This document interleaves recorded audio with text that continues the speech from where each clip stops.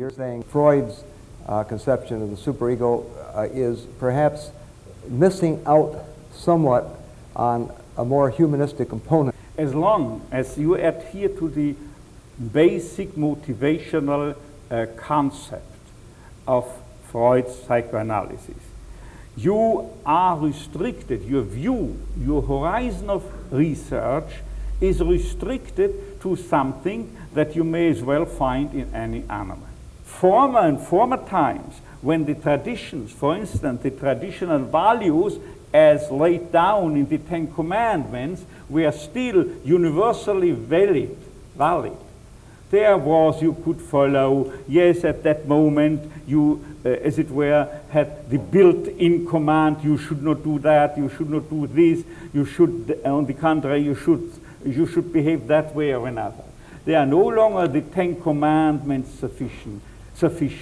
He has to send out, to smell out the 10,000 commandments, the 10,000 demands that emerge from each life situation confronting him, and to has to respond. And this means being responsible, responding to the demands of the hour, of a situation, responding to it along the lines of what your conscience, not just your superego, demands of you.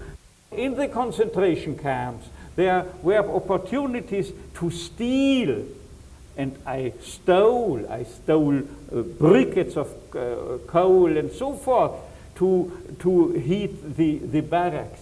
So it was even imperative to steal. It was highly meaningful to steal. It was highly meaningful to give false testimony. And there's even a case in which I could show that, now forget about this, I don't wish to add 10 anti-command.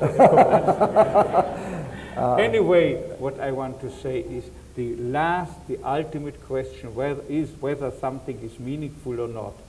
Good is what promotes the possibility of any other being to act meaningfully, to carry out its or his or her meaning. I notice in your writing, you very rarely refer to Jung, C.G. Jung. And obviously you worked very closely with Adler, and you had contact with Freud. Did you ever actually meet Jung? Meet him? Yes. No, I was never not the pleasure nor the honor to meet him. Okay. As you know, Jung originally wanted to be an archaeologist. And I believe that he reflects his archaeological interest in the way he goes further even than Freud in talking about phylogenetic inheritance that can influence the individual, namely through the collective unconscious. Now, as you know, in this collective unconscious, he talks about archetypes, certain prevailing symbols that emerge over and over again, like the mother, the father, God, so on and so forth. I would go even farther than Jung did, in the assumption that there is a biological causation.